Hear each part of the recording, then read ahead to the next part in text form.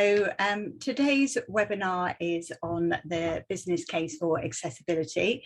It's a topic that is close to AbilityNet's heart, and I know it's something that the panelists are all hugely passionate about, and I'm really delighted to have representation today from Accenture, from Intuit, from the Business Disability Forum, and our own Reuben Christopherson as well.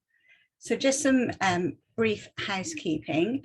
You should see captions popping up at the bottom of your screen. Please use the Q&A window for any questions that you have. My colleague Annie is helping me out and would be happy to answer any questions you've got in there. The chat window is turned off, and that's to make things easier, but also because there can be some issues with screen readers in terms of reading out everything that goes in there. So it can be a bit distracting in terms of accessibility.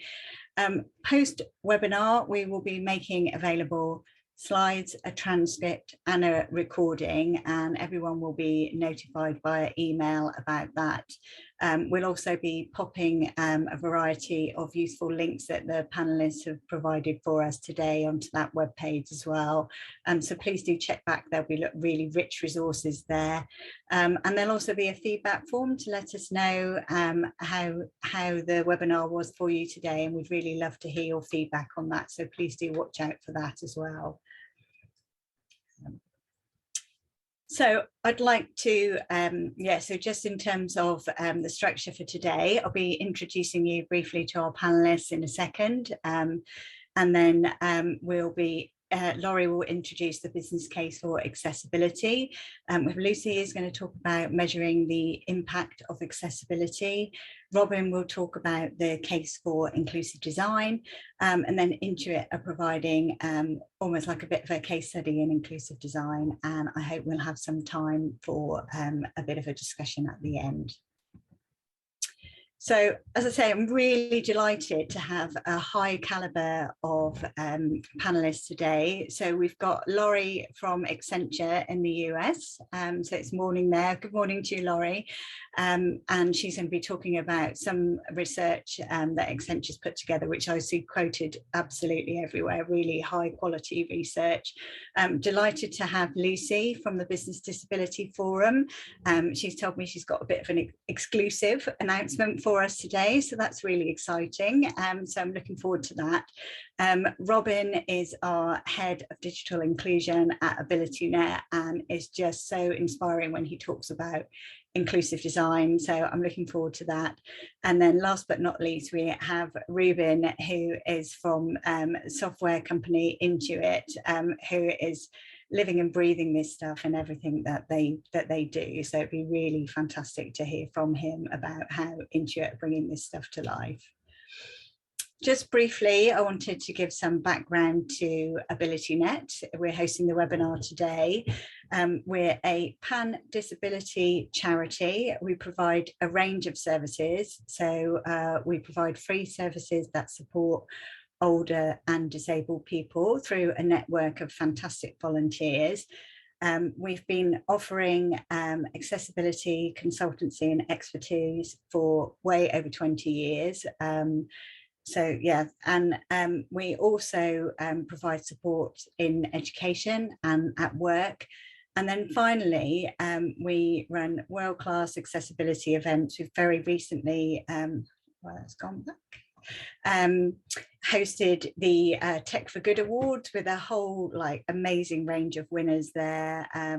Volunteers, people who are doing amazing work in terms of sustainability of technology. So that's just a little bit about us, and there are a range of links at the end which we'll also post on the website for further information. In terms of our impact, there's a picture of our impact report here, which just pulls out some of the results from last year, and there's a link which again we'll post on the website. So last year, 929 TechShare Pro delegates registered. That was hosted on Microsoft's Teams platform. Fantastic event. Lucy, I know you were a speaker at the event last year. Just bringing together the accessibility community to share messages like the one that we have today, to keep pushing that agenda forward and to really drive change within organizations, but importantly for customers of websites, apps, etc.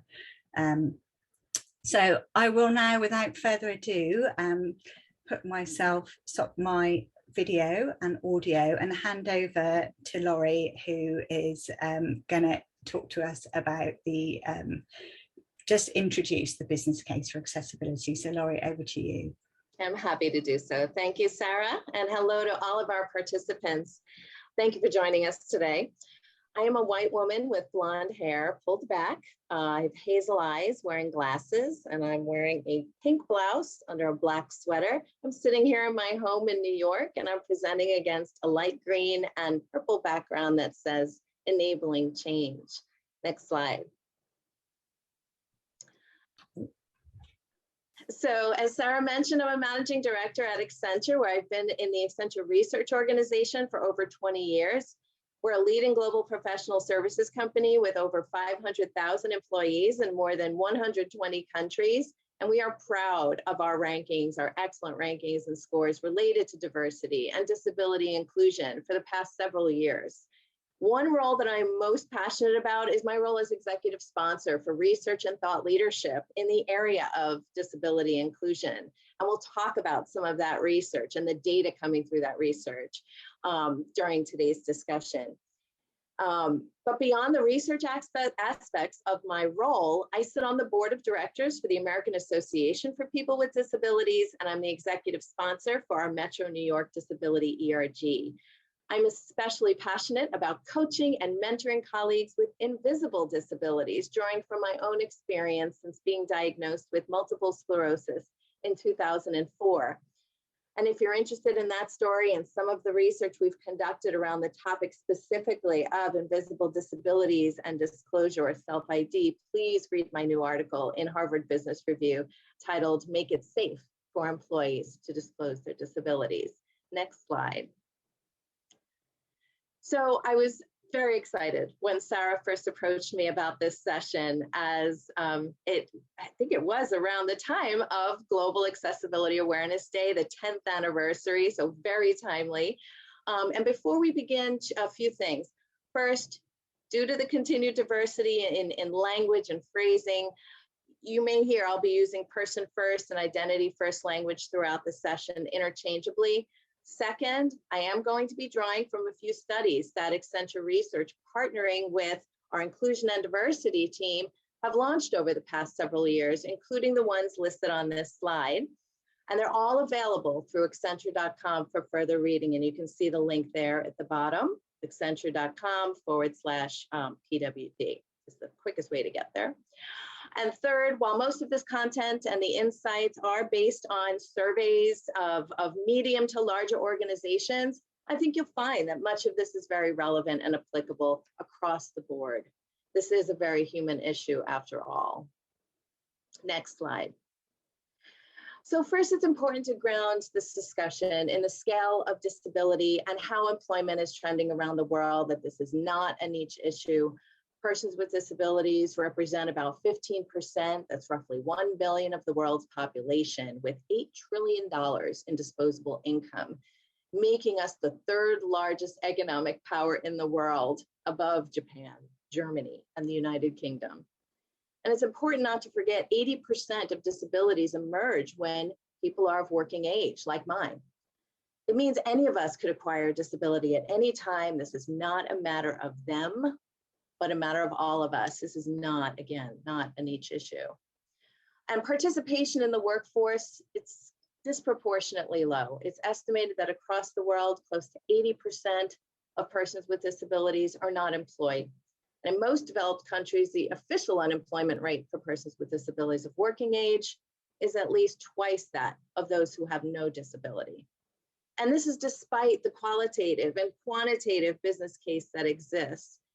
Yes, it does pay to be inclusive, which Accenture, in partnership with Disability:IN and the American Association of People with Disabilities, showed in our study from December of 2018.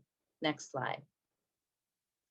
So we all agree that creating an inclusive workplace, an accessible workplace, is the right thing to do, yes? I mean, There are several studies and reports on what a culture of inclusion can bring to organizations, large and small, including increased innovation, empathy, enhanced employee and customer experience. But we wanted to see if there was some way to also land with a quantifiable business case. We needed to shift the mindset and dialogue from one that was philanthropic to truly foundational. And what we set out to do, right, this meant tackling an important fundamental question, especially among the C-suite. Is there a correlation between how inclusive a company is of persons with disabilities and its financial performance? Again, can we get close to articulating and quantifying that business case for why it's also good for business? And this is the question we discussed with Disability In, the American Association for People with Disabilities, AAPD, who have their annual Disability Equality Index study. And at the time of this research, we were able to analyze the 140 unique companies who had participated in the index over those past few years of the study leading up to our project. And we identified 45 of them that were raising the bar for disability inclusion. This included heavy focus on dimensions and criteria related to employment, culture, leadership, accessibility, accommodations, and this is just a few. And we called these companies the disability inclusion champions, those 45 that were raising the bar. And for example, in the area of accessibility, we found that champions are using multiple ways to audit the compliance of both their internal and external websites. Ultimately, what we found was that these champions performed better financially across measures related to value creation and profitability. And they did this better than the other companies, obviously, in the index. On average, they achieved, next slide, 28% higher revenue, 2 times higher net income, and 30% higher economic profit margins. But it didn't end there. Next slide. We also needed this study to also resonate with investors and the investment community. So we went a step further. We took a look at correlations to shareholder value, both for the champions, but also we looked at those who had improved their actions and scores over time. And again, we were pleasantly surprised. For example, we found that improvers on average were 4 times more likely to have total shareholder returns that outperformed those of their peer group compared to other companies. Next slide. So that's the business case for employing and advancing people with disabilities and aspects and criteria like accessibility and accommodations. But as discussed, persons with disabilities continue to be less likely in paid employment than their peers. What of those who do make it into employment? What about us? Well, barriers persist, and the harsh reality, as our Enabling Change study of 2020 shows, is that culture within the organization could be to blame for many of these barriers. And let's take a look at that data. Next slide.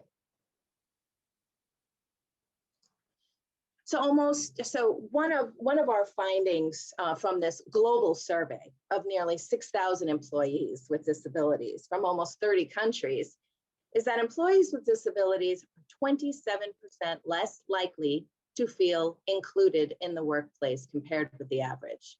And by included, we mean that they feel like a key component of the team with real influence over decisions. And we're at 60% more likely to feel excluded. And by excluded, we mean ignored, with little to no voice in the team. So the bottom line here, sobering reality, employees with disabilities are less likely to feel included, more likely to feel excluded. Next slide. And through the same survey, we asked executives and employees about whether they feel that the workplace they operate in is enabling thriving among employees with disabilities in terms of having the right technology, environment, and support. 67% of executives say, yes, this is what we do. But that drops to just 41% of employees who agree. That's a significant gap. One which executives must have top of mind for when the technology, their solutions, their platforms are not compliant with accessibility regulations, or when accessibility features are added late in the design process. Businesses find themselves exposed to legal, financial risk, lower engagement among their employees, and they're excluding, clearly excluding, a vast array of employees, customers, clients, and so on. However, by providing this increased access that meets the needs of persons with disabilities, the organization can lay the foundation for inclusive cultures that enable all employees to thrive, presenting a tremendous opportunity. For what may be necessary for some is ultimately beneficial for all. Next slide. And I should note that accessibility is embedded across the journey to disability inclusion, which Accenture framed in that 2018 report, which span employing, enabling, engaging, and empowering persons with disabilities. And we've already talked about the importance of employing among a diverse talent pool, the role of accessibility and what it plays in boosting performance. We talked about what it means to advance engagement among employees with disabilities. So why don't we turn that focus now a bit more on accessibility and the role that it plays when it comes to enabling that culture of equality and inclusion. And the simple reality is this: if digital technologies and solutions like those incorporating AI, blockchain, extended reality, these advanced technologies, if they're to be adopted by the masses, accessibility is not just the right thing to do, it's a must-have. Beyond being that right thing to do, we have a commitment, right? Businesses, technologists, researchers, developers, to ensure that no one is left behind.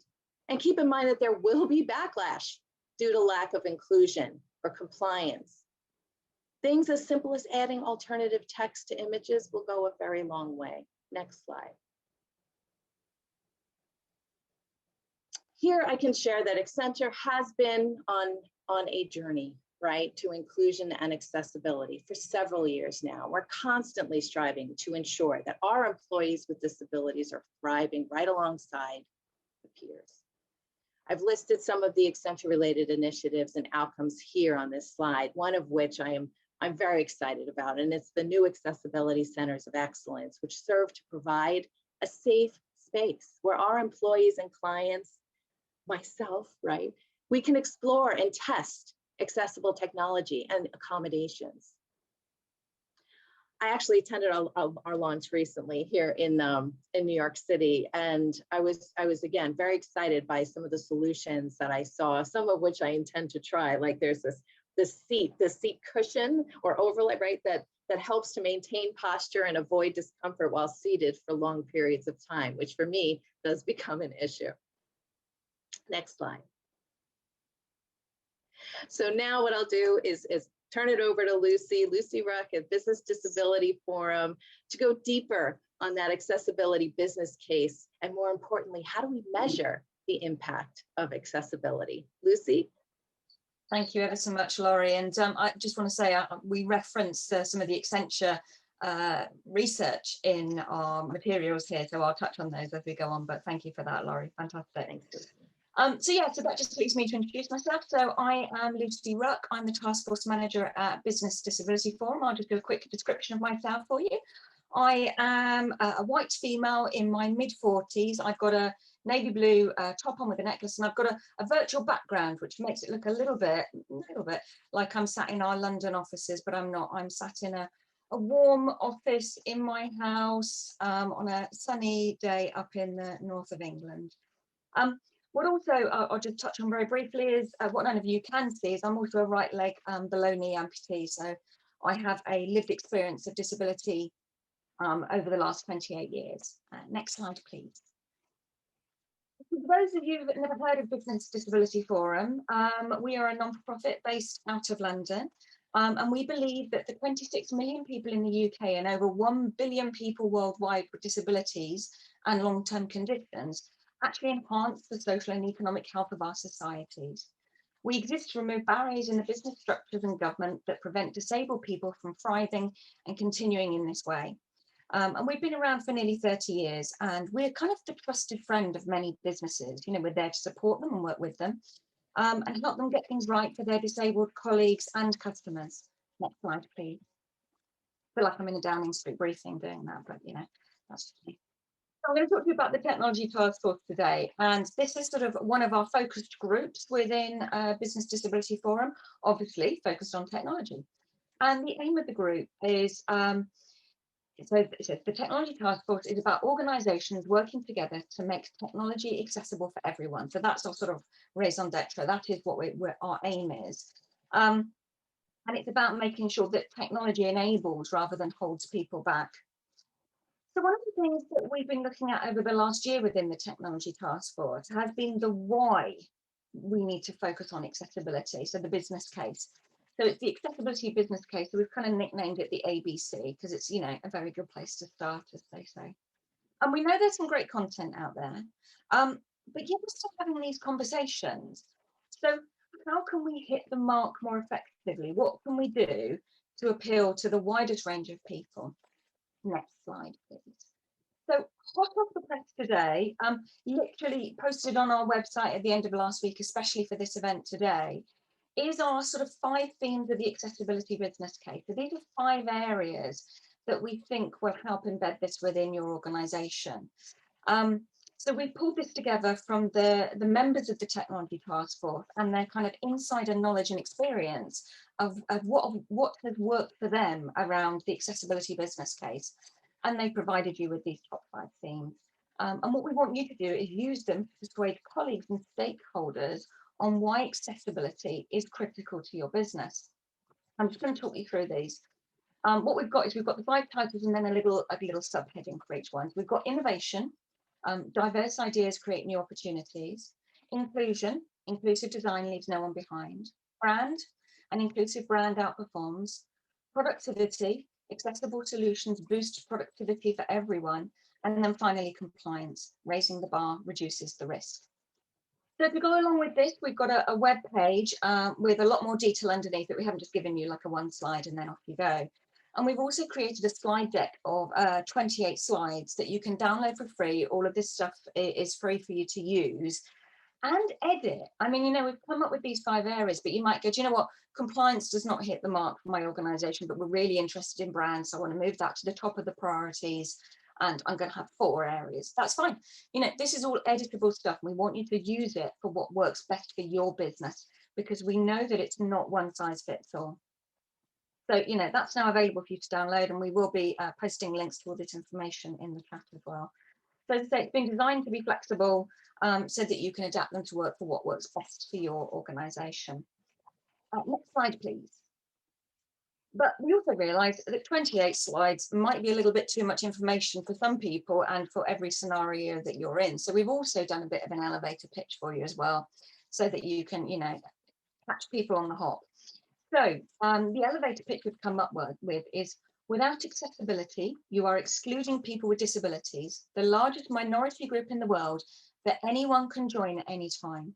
This will impact your brand, productivity and compliance. Companies that are intentional about accessibility have tapped into a talent pool that sparks innovation, develop products and services that are inclusive by design, improve customer engagement, and increase revenue and reduce the risk of litigation. It's not only the right thing to do, it makes great business sense. So that kind of sums up everything in a really concise sentence, you know, pulled together by the Darren Rowan at Lilly, who's been really helping us lead on this work stream. He came up with that, which I think sums it up beautifully.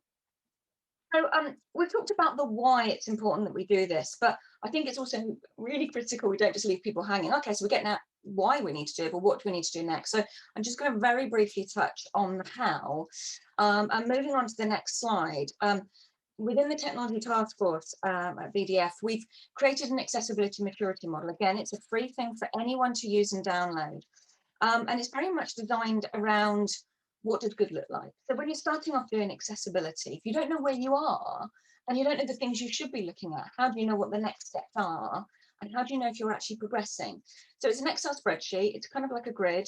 You score your maturity against 10 different areas around digital. Download it, have a look at it, use it within your organizations.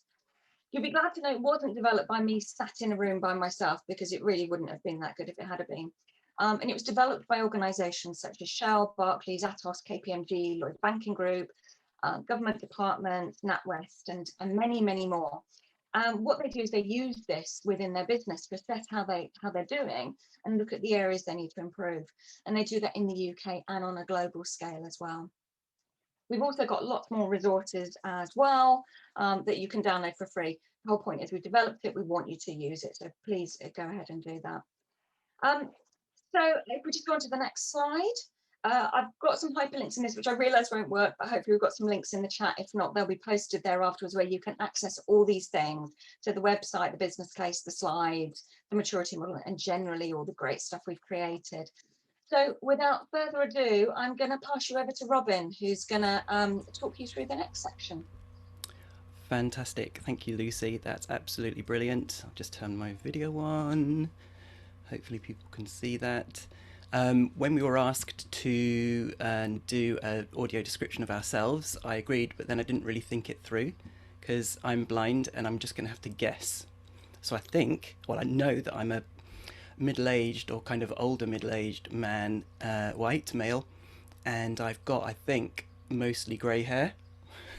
I don't know what colour shirt I'm wearing, and I may or may not, I don't know what colour my eyes are either, let's guess brown, and I may or may not be on an AbilityNet virtual background, which is either blue or grey. So there you go. I should have asked beforehand. So moving on, we're going to look at the case for inclusive design, and we're going to do numbers as well, so apologies for that, but we're also going to do cover some really powerful concepts as well, which hopefully you'll take away. So moving on to the next slide, why design inclusively. I've got a couple of images here of £5 notes, one coloured grey and the other coloured purple, so not surprisingly we're going to talk about the purple pound and the grey pound as well. One of the accommodations or adjustments I use as a blind person is that I listen rather than read, so if there are pregnant pauses, then apologies, that's me just getting the next nugget of information to convey to you guys, so apologies if there are any little gaps between what I say. So let's look first at the purple pound. We've heard about some of these numbers, but 16 billion is the disposable income of people in the UK. This is online spending power, and it's really, really vital. You know, this, as we've heard, is the biggest sort of minority group spending power wise. We heard the global figure from Laurie earlier. Approximately £2 billion each month is lost to UK businesses. This is the click-away pound research that we'll talk about a little bit later on. £249 billion is the estimated average spending power of disabled individuals and their households. So this isn't the income, this is the disposable income over and above, you know, the expenses of life, etc. This is what is available to them to spend on your website, you know, in your store, if you are doing things in an inclusive way. That means they'll be able to get into the shop or the online website and fulfill all of the things that they need to actually go away with a product or a service and be a happy customer. This number of the disposable income goes up every single year, as does the number of disabled people. In 2014 it was 11.9 million people, 13.3 in 2018, and it's estimated around 14 million today. We heard from Lucy just then, 26 million. That is when you don't just consider people with a registered disability, but such, you know, so many other groups that have huge potential to be your customers. They've got, you know, an enormous amount of disposable income, and they want to spend it on your website. But you know, if you've got dyslexia, for example, which wouldn't necessarily fall under a registered disability. If you've got, you know, early onset age related conditions of memory, etc., which isn't, you know, hasn't got a formal diagnosis. If you've got onset of RSI, for example, which means that you defer to the keyboard rather than the mouse. There are so many impairment categories that at AbilityNet we provide advice and information and resources on all the time to enable you to get the most out of technology and to adjust the equipment that you already have to make sure that you're able to do things effectively at your end. But then obviously if you visit a website or use an app that isn't designed in an inclusive way, then you can be locked out. So let's look at the grey pound.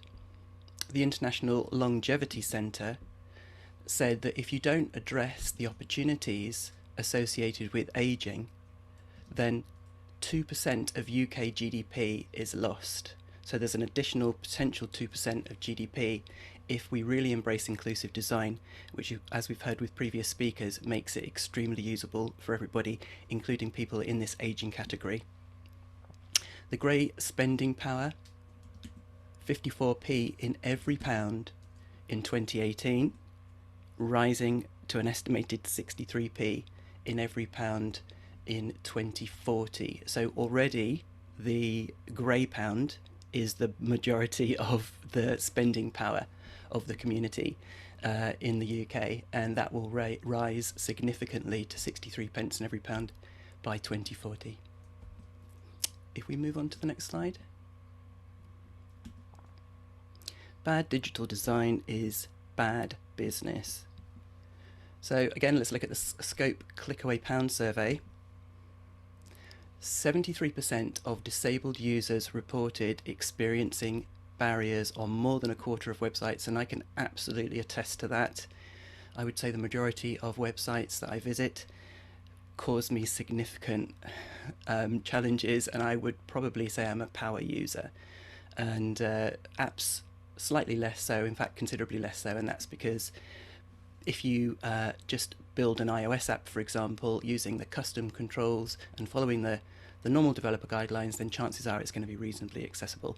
So the tools on mobile devices are really very good from an accessibility point of view, as they are on the desktop, but with the use of JavaScript and various other things that turn websites into web applications, you really do need to consider the accessibility very carefully and test as you go along. Shift left obviously is a really important concept these days. Born accessible, Larry Goldberg likes to say, don't create anything that isn't accessible out of the box, in its inception and thereafter, and do not regress with any updates, etc. So it's really, really important to think about this community and to make sure that you're catering for their needs. 4.3 million disabled shoppers click away every year, click away from websites that are challenging to them, losing a potential revenue of 11 and an estimated 11.75 billion each year. 75% of disabled people and their families walked away because of inaccessible websites or poor customer service when it came to making inquiries about their particular requirements to do with a disability. We move on to the next slide. Poor design disables us all, and this is one of the takeaways I'd really like you to consider. And basically we're saying that accessible design is just good design. It's obviously aimed at enabling people that have extreme requirements. If you've got a motor difficulty, then you need to have a good size of tappable areas. You need to have them sufficiently separated so that you don't accidentally get the wrong one with either your finger or a mouse. The content needs to be speech friendly for someone like myself, but also for people that are stripping out ads and then reading an article with the immersive reader that's available in all browsers these days. Click on that play button and you'll have it spoken out to you, just like your smart speaker will read a Wikipedia or Recipedia article, for example.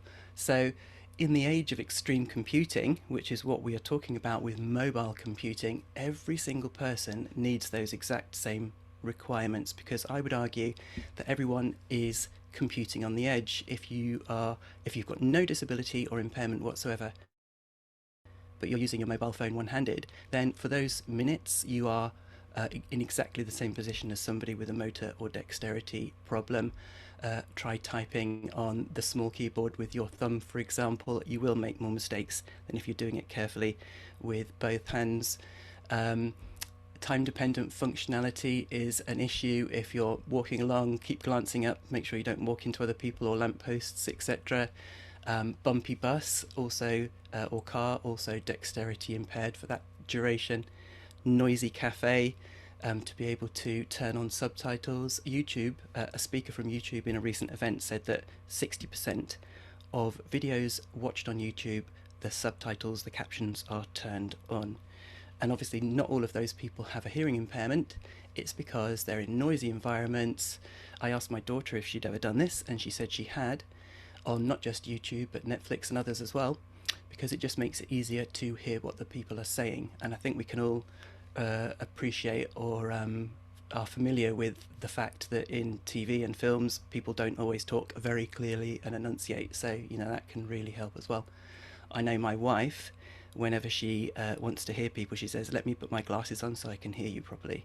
So yeah, that's a really common accessibility requirement that people have, that if we don't build in, then we're not accommodating for those people for whose it's a preference, or it just makes it easier for them to use. 85% of Facebook videos are watched on mute. That's a stat from 2016. And I'm pretty sure that hasn't changed. So in any notable extent, maybe it's gone up, I don't know. But yeah, certainly with the increase in people with disabilities and impairments generally that we've seen over the years, that number's probably gone up as well. So I would argue that in this age of extreme computing, we're all in need of accessibility, and we should probably not even think about accessibility as being just for disabled people, even though the requirements are obviously built around their needs. If we flip that around and think about inclusive design, then we are, you know, that's a much more appropriate term. We are catering for everyone who slides up and down that spectrum of impairment on a day-to-day basis. This lady who's in front of a window, I think, if the sun is shining on a small sheet of shiny glass, reflective glass, then she's got exactly the same requirements of sufficient color contrast, good default font size and font style choices, for example, as somebody on a larger screen would have, you know, with a vision impairment, say. So I could go on and on. Hopefully you get the idea that we really do need to think about all of our users. And I would argue in this mobile first world that doing things in an inclusive way should be table stakes. It should be something that would just make sure that we were up with our competitors and that our products were fit for purpose in the, you know, multiple platform smart speaker age that we're all living in now. If we go on to the next slide. So we're going to watch a video in a second, but I'm just going to quote Chrissy Barrick here. She's head of digital influencing at Scope. Being locked out of the online world is the same as being locked out of the world. And I can certainly relate to that, because as a blind person, the digital is my channel of choice, and the world is so inextricably interlinked with digital, doing essential services, or, you know, even getting groceries delivered to your door, etc. This is important stuff. Online banking, staying connected, being part of an active world where you are a fully engaged member who is able to participate fully is really, really important. So I can absolutely relate to that. Let's just watch a quick video of a colleague of mine, Adi Latif, at AbilityNet, who will also give a brief insight from his personal perspective.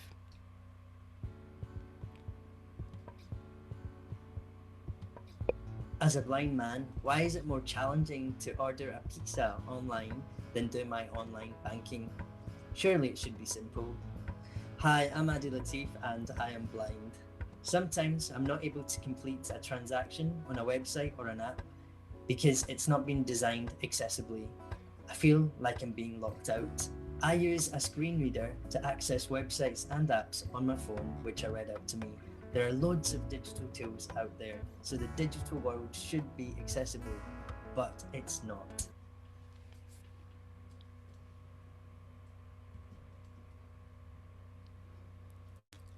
Is that the end? Sorry, I couldn't quite hear it. I think so. So if we move on to the next slide. So add value by showing that accessibility is important. There is a huge amount of brand value to be gained by being vocal when it comes to prioritizing accessibility. We see it with huge names like Microsoft, Apple, for example.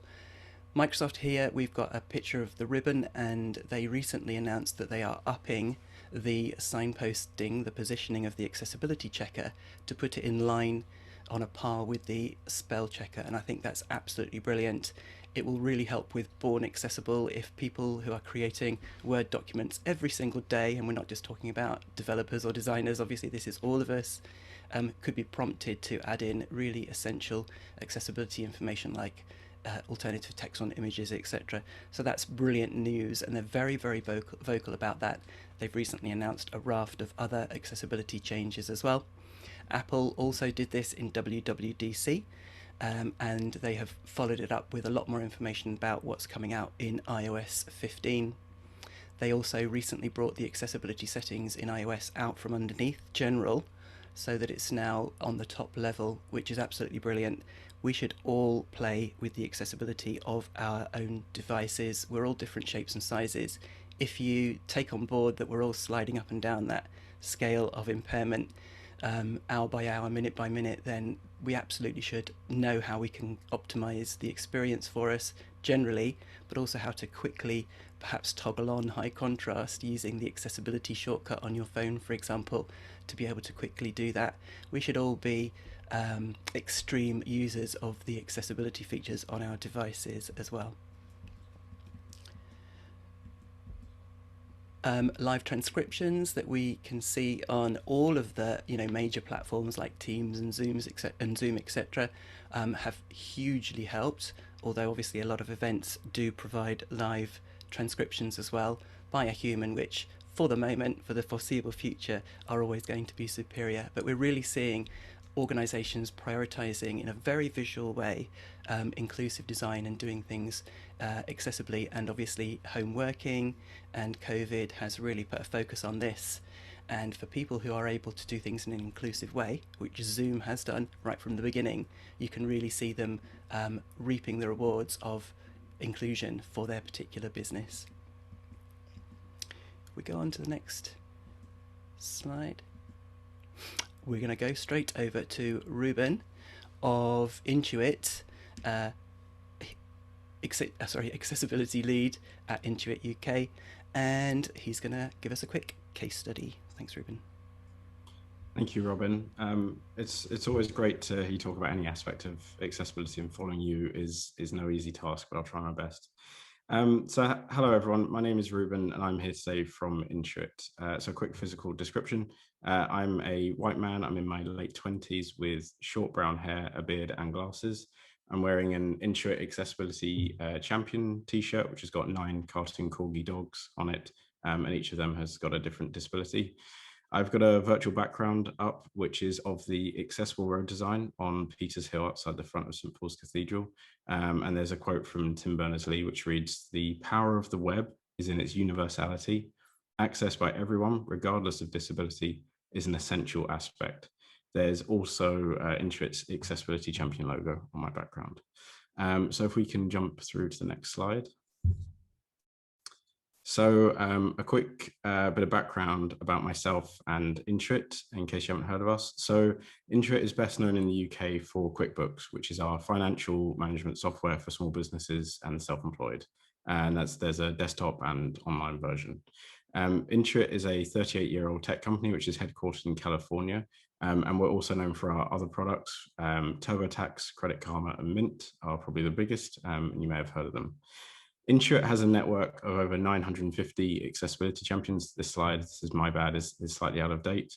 And the core accessibility team relies on this network in order to scale the accessibility expertise across the company. So I'm one of those 950 accessibility champions. I'm a senior software engineer. I work from our London office. I've been at Intuit for 3.5 years, and my focus has been on developing the tax capabilities of QuickBooks Online. So mostly working on VAT, the construction industry scheme, and self-assessment. So Robin's just given us a great introduction and overview of inclusive design, what it means and what some of the benefits are. I'll be touching on some of that and really focusing in on what that's meant for us in practice at Intuit. So if we can just go to the next slide, please. I think it's natural for organizations and teams to begin their accessibility journey with engineers, because when this journey starts, probably there's stuff that needs fixing. There are bugs that are raised or discovered, and engineers are the ones who fix them. So engineers learn, if they didn't already know, about proper HTML markup, how different screen readers interact with a page, about ARIA tags, and so on. But as anyone in product development could tell you, the cheapest time to fix an issue is before it even happens, and the most expensive time is after it's happened and it's in a customer's hands. Or put it another way, the best time to fix the roof is when the sun is shining. So as part of our shift at Intuit from talking about accessibility to talking about inclusive design, our core accessibility team is now part of the design organization within the Intuit design systems team. So it switched from being an engineering-led core team to a design-led core team. And this makes it easier and more natural for us to ensure that the components that we use in our UI, the real foundational blocks of user experience, are accessible on their own. But then we all know that a user experience is not just a collection of components, it's how those components work together. And so it also means that our accessibility experts are working closely, more closely with our designers and helping produce the design guidance across the company. So Billy Gregory famously said that a user experience which doesn't consider all users should be called some user experience. And a consequence of user experience, a user experience specification, not considering all users, is that those design decisions are still being made, but they're not being made with the rest of the decisions. So for example, an engineer can decide what the alt text should be for an image. They can decide the tabbing order for the page, or they can figure out what the keyboard interactions should be on an accordion. But the engineer is doing that, and the designer is no longer in control of that decision. And no designer wants to only design for the mouse user and let someone else design for everyone else. So part of our shift from talking about accessibility to talking about inclusive design is to help designers ensure that they're designing for all of our customers. So I've got a few things on this slide, as well as an introduction to inclusive design. I've also mentioned universal design and accessibility design. I'll cover what these mean for us now and why I've included them here. So inclusive design as a process for us is how we ensure that we're producing universal design that works for all. It means that when we go to a customer's place of work to conduct what we call a follow me home, we don't just go to our friends or the same people each time or the same type of business. You know, for example, we go to see how a landlord who's got poor vision finds the right subcontractor for a piece of work, how a single mother with 2 jobs completes her self-assessment, how a carer completes their self-assessment. We research more than just, you know, a self-employed software engineer who we've personally worked with before. So this inclusive design process is how we aim to produce universal design. So universal design is where we want to end up. We want our design to work for everyone. A good example of universal design to visualize this is bathrooms at airports. So you go around a couple of corners and you're in. There are no steps, there's no barriers, there are no doors. It's universal, everyone can use it. We see inclusive design as how we produce universal design by including a broad spectrum of people in the design and research process right from the very start. And this idea of including them right from the very start, this links into the third thing I have on this slide, which is accessibility first design. And this is a way for us to kind of stress test what we build or think about problems that might occur before they occur as we build a new feature. So we ask, how will someone who has X or Y disability going to interact with this feature? What will their keyboard interaction be to use the carousel that we're building, for example? What will the screen reader announce when the image changes and the carousel moves? And the idea of this is for it to lead to better design for everyone. Consider this example. If you can make a complicated tax form easy for someone with severe dyslexia to use, then it's probably going to be a lot easier for someone without dyslexia to do the same process. So you can really challenge yourself by thinking accessibility first to still end up with universal design that works for everyone. And this really is the same advice that you hear a lot, you know, test your work. Can you complete the task without using a mouse? And if you can, then you've probably done a fairly good job. But instead of testing for accessibility after the fact, we include it right from the very start with accessibility first design. And that allows us to improve what we build and move faster in what we build with less rework back and forth between designers, engineers, and customers. So I hope that's given a bit of insight into how we're viewing inclusive design at Intuit and how we're shifting our conversation from talking about just accessibility to inclusive design, but with the same end goal in mind, building products that are accessible and work for everyone. So if we can go on to the next slide, there are some links here which we shared in.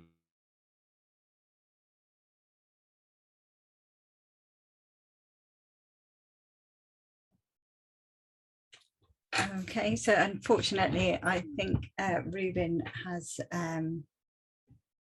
hung there. So I'm hoping he's going to come back. There are a variety of links here from Reuben, which we will also make available on the web page. I'll update that with all of the resources when we have finished the webinar. I'll just invite the other panelists to come back. We are fast running out of time, which I knew we would, unfortunately, but we have had some Q&As come through. So I'll just pick the one at the top here. So I wonder if, so there's a question from Raj here saying, who are the leaders in providing truly accessible and inclusive website development services for small scale charities in the UK? Who would like to start with that one?